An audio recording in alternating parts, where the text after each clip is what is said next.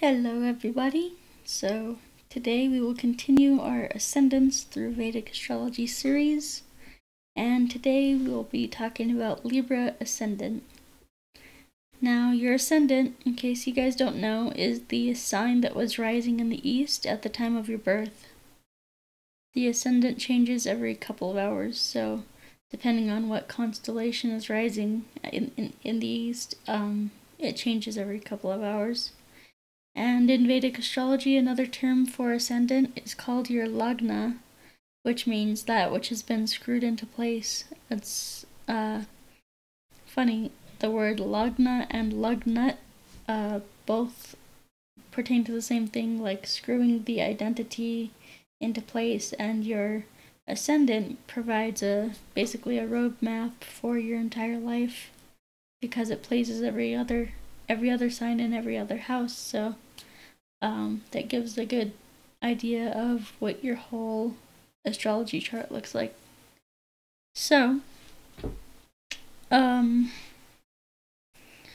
this means that at the time of your birth, with your lagna, your rising sign, the positioning of the planets as they shine down on you basically mounts your individual personality, past life karma, your passions, your soul desire, family life, career, and all that good stuff into place. So yeah. If you'd like a Vedic astrology reading, I give them out. I provide them at vincent.thunderwizard.com. You can go there and get a free, or not free, but you can get a Vedic astrology reading. It's only like $100, so it's not too bad, and it really provides a lot of key, very important details and information within your chart, including like a mantra, a ritual that the planets that basically want to work with you and help you in life and things like that. So it contains a lot of good stuff. So you can get that at vincent.thunderwizard.com. And Libra Ascendants, so the karma for Libra Ascendants is to find balance and harmony in this life. They usually have a very unbalanced, complicated, and traumatic childhood, which carries its wounds throughout their life. The balance can be achieved through therapy, counseling, and consistent spiritual practices. So, like, I'm a Libra ascendant, and one thing that I have to do every day is do some qigong, because it really helps me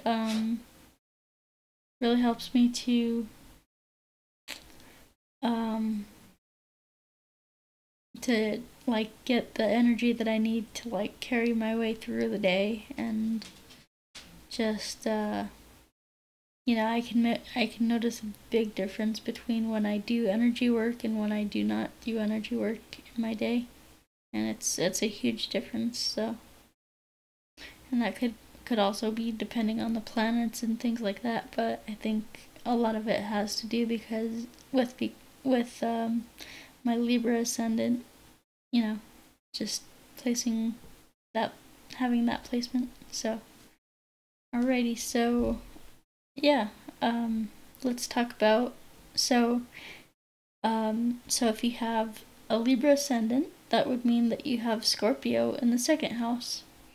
So Scorpio is things like deep emotions and transformation, things like that, things like the occult and things like that. Like, it's basically associated with sex, death, transformation, death and rebirth, basically, kind of thing.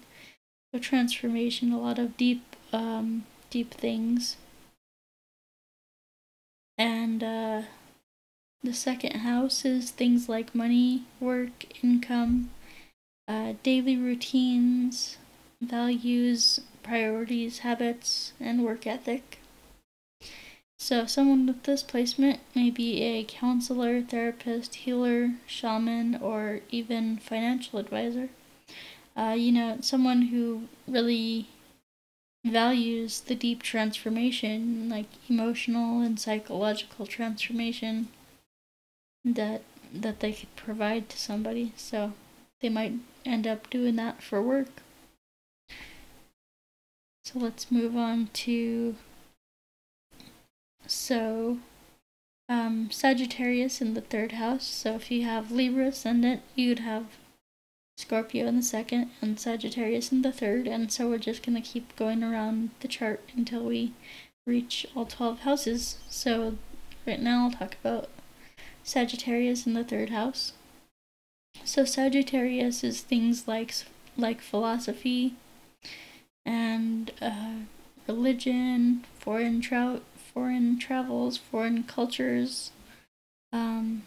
And third house is things like communication, thinking, siblings, social activities, neighbors, and early education. So someone with this placement may like to talk about religion, philosophy, or their early education may have been centered around philosophy or philosophical principles. Somebody raised with like a good moral compass, or somebody even raised in a religious setting, like going to Catholic school or something like that could have this placement. Let's see, so now we'll talk about Capricorn in the fourth house. Capricorn, so we have Capricorn in the fourth house.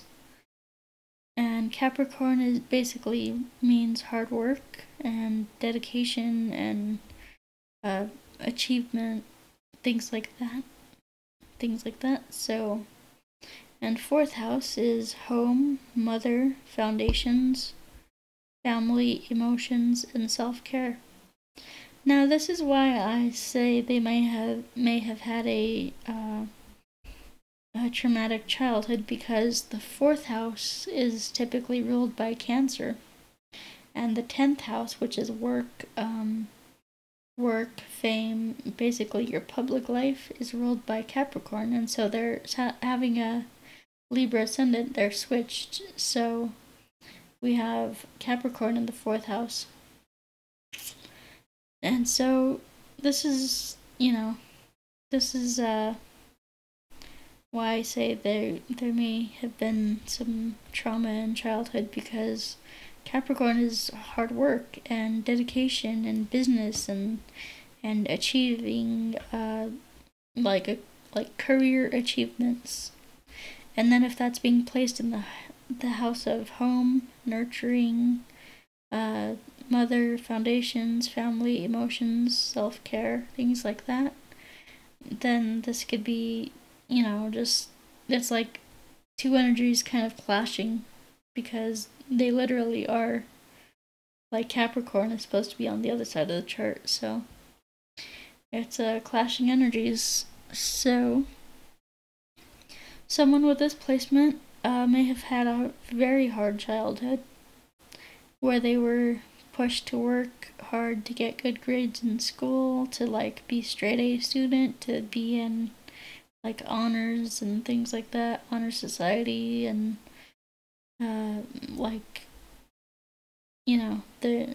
it could be they started work early, worked as a teenager, kind of thing, early in life, things like that.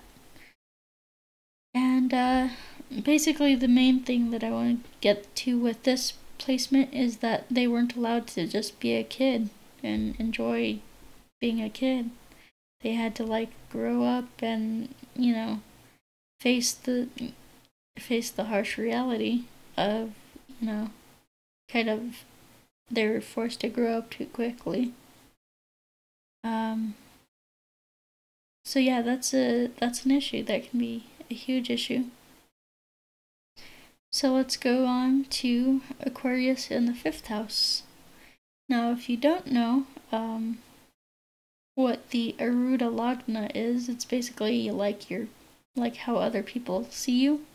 And so this is where my Aruda Lagna is placed. And so we have Aquarius in the 5th house, and my moon is also here. So let's talk about Aquarius in the 5th house. Aquarius is utopian desires, and 5th house is romance, play, creativity, fertility, joy, self-expression, and drama. So someone with this placement may be idealistic about romance. They may lead theater groups, arts and crafts groups. Oh, I cannot talk.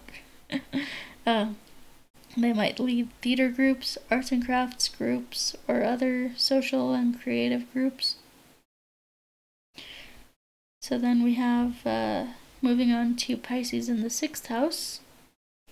Pisces is basically things like spirituality, and the 6th house is things like health, fitness, pets, work habits, organization, usefulness, and service. And someone with this placement may have a spiritual business or spirituality. Spirituality will have a very important role in their everyday life. Like for me, this is why I do Qigong, because it helps me ground my day in spiritual practice. And so, yeah, spirituality will be very important to incorporate in their everyday life. So, yeah, someone with this placement could be like have a spiritual business, which is basically what I do. I have a Vedic astrology business, which can be found right up here. And basically with that, I give you the most important things within your birth chart, and things that will help you spiritually grow too, like the mantras, the rituals, the things like that, to different planetary deities and things like that. So it's a really cool way to have like a dedicated spiritual practice every day. So let's move on to Aries in the 7th house. Now, Aries is basically things like dominance and taking action. Aries is the warrior and corresponds to Mars. And the 7th house is relationships, marriage, contracts, business partners, equality and sharing, things like that. And so, with Aries in the 7th house, someone with this placement will have a very dominant, active partner. That could be physically active, just like someone who's always on the go and just taking action, doing things.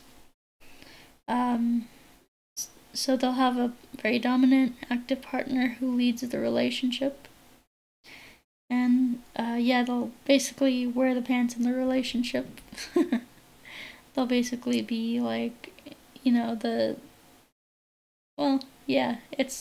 it's an interesting dynamic, because if you have someone like me who's a male Libra ascendant who has this placement, might have a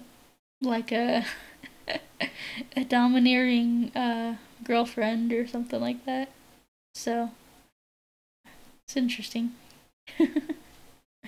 So then we'll move on to Taurus in the 8th house. And excuse me, I'm gonna grab a drink real quick.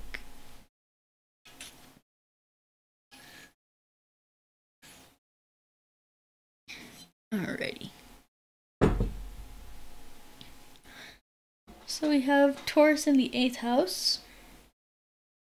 Now, this is an interesting an interesting placement, because as you've noticed, or as you will soon notice, so the signs are actually flipped in a Libra ascendant's chart, because the natural ruler of the first house is Aries, and that's in the 7th house, and so we have this flip where the 7th house is on top and first house is Libra is on top, and then Aries is in the 7th house, so it's like a flip-flop thing with the chart. So that means that Taurus, which would be the 2nd house ruler, is in the 8th house. So it's interesting. So then Gemini would be in the 9th house, and Capricorn which would be in the 4th house, would be in, Capricorn would be in the 4th house. Yeah, so it's like a flip-flop, if you get what I mean. So with Taurus in the 8th house, Taurus is basically what you value, and 8th house is the house of Scorpio, which is things like birth, death, sex, transformation, merging energies, shared finances, inheritance, assets, property, real estate, and joint ventures. So someone with this placement may love learning about the occult. They may invest in courses or counseling or therapy that will help them transform their lives. Again, they're very big into transformation, and it's this like dying to your old self and like transforming it to build a new self, and it's just this very interesting, deep energy that's here in the 8th house. So it's a very cool, very interesting placement. I'm very into scorpionic things myself, so it's pretty cool. In fact, I started in spirituality by just like studying the occult and things like that, and then learned about the deeper, more secret meanings to spirituality and life and all this stuff. So it's a very cool placement there. So then we have Gemini in the 9th house. So Gemini is things like communication, commerce, things like that. It's ruled by Mercury, and so we have Gemini in the 9th house, and the 9th house is things like international travel, wisdom, philosophy, religion, higher education, foreign cultures and learning, and like higher learning. Someone with this placement may like learning about or talking about especially about philosophies, religions, foreign cultures, foreign religions especially, and things like that. So like this is the type of person that will like go travel to different countries and learn about like especially even like learning foreign languages, even because we have communication in the realm of foreign languages, foreign cultures and things like that. So it's very cool, very cool sign, very cool placement. So next is Cancer in the 10th house. So again, remember I told you Capricorn's in the 4th house, so we have Cancer in the 10th house, and these are kind of flip-flopped. So naturally the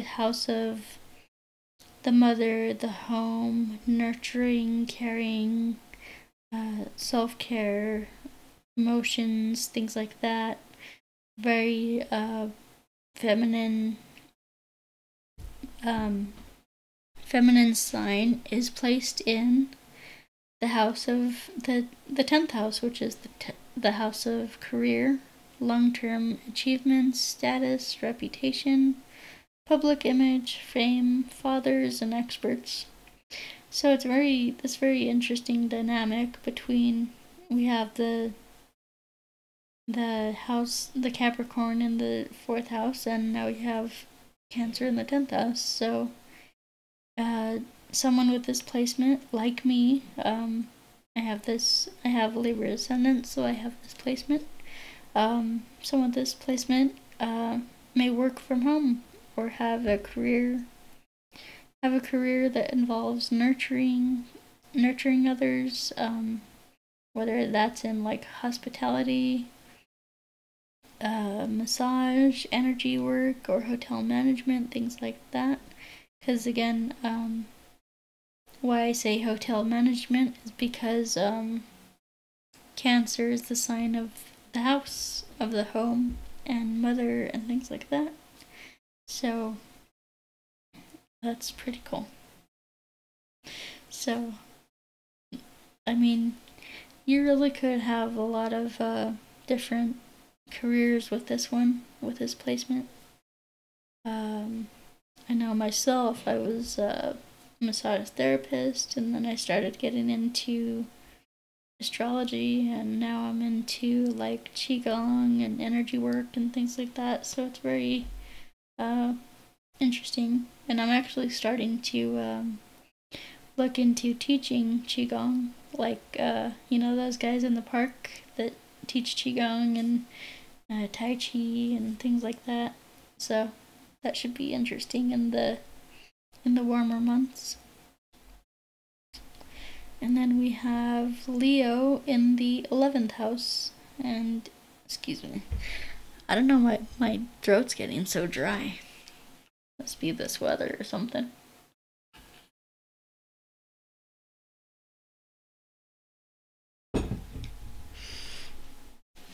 Alrighty, so we have Leo in the 11th house. And Leo is self-expression. Leo is things like self-expression, creativity, playfulness, basically a childlike spirit kind of thing. And the 11th house is things like groups, friends, humanitarianism, technology, the future, and things like hopes and wishes. So, someone with this placement may lead humanitarian groups because, again, Leo is like this royalty, this leader, this king kind of figure. So you'll probably have some leadership in humanitarian groups or organizations. You may teach in a technology-related field. Because again, teaching is like this leadership role mixed with like high-tech stuff, which is again like the 11th house. And you may raise funds for humanitarian efforts. And yeah, it's just this nice like warm energy in this 11th house, which is like a nice warm house. Like, the 11th house basically wants to give back. It's like after the hard work is done in the 10th house, the 11th house wants to like give you the results of your hard work and stuff like that. So it's just a very nice house. So then we finally have Virgo in the 12th house. Now Virgo is things like analytical, very investigative, like very intellectual kind of thing. Basically using the intellect and things like that. It's very Virgo qualities. So then we have Virgo, and we have Virgo in the 12th house. And Virgo is analytical, and the 12th house is spirituality. Things like spirituality, healing, solitude, karma, the afterlife, and the unconscious mind. So, someone with this placement may like to try different spiritual practices and kind of analyze and look at the results of them, analyze the results they get from each one. They may be very methodical about their spiritual life, very organized, very pragmatic, very practical, and they may also use their spiritual gifts to be of service to others, because Virgo is like the house of the sign of like service to others, and so they might use their spiritual gifts to be of service to others, which is a very cool placement. So Libra is very very into spirituality, and it's kind of like, the way I see it is, it's Libra is trying to balance the spiritual goals, spiritual principles and things like that with like everyday life and practicality. And so it's like this balance between these two things. And yeah, and like, again, like, because we have the 4th house and the 10th house swapped, it's like balancing your like self-care with like your career, and balancing like a bunch of things. So yeah, it's a very interesting sign. So that does it for me. If you would like a Vedic astrology reading, go here to vincent.thunderwizard.com. Yeah, if you'd like to discover more about your Vedic birth chart, go there. And we'll talk about, so the things, just to let you know, the things that I talk about up here are, well, when you get the reading at that site, I'll talk about your ascendant, your moon sign, your sun sign, your Ishta Devata, your Palana Devata, your Dharma Devata, which those devatas are basically the planetary deities that want to work with you and help you in this life. We have things like your Atmakarka, which is like the ruling the planet with the highest degrees in your chart. So that in itself has its own like karmic lesson with it. I'll talk about things like your lucky your lucky pendant. If you're into gemstones, I will give you a ritual for your Dharma Devata. And your Dharma Devata is basically like the planet that wants to really help you spiritually grow and to achieve enlightenment in this life. So, and then that has its own mantra and ritual, which I'll give to you. I'll also give you your own spiritual name. And that looks at where your moon is placed, and the sound, the vibration that vibrates with your moon, which activates your divine mind, your meditative mind. And so it's very, very cool stuff that we discuss in the astrology reading I give you up here. So if you're into that, then go ahead and check it out. Until then, peace, guys. Much love, and we will talk to you next time.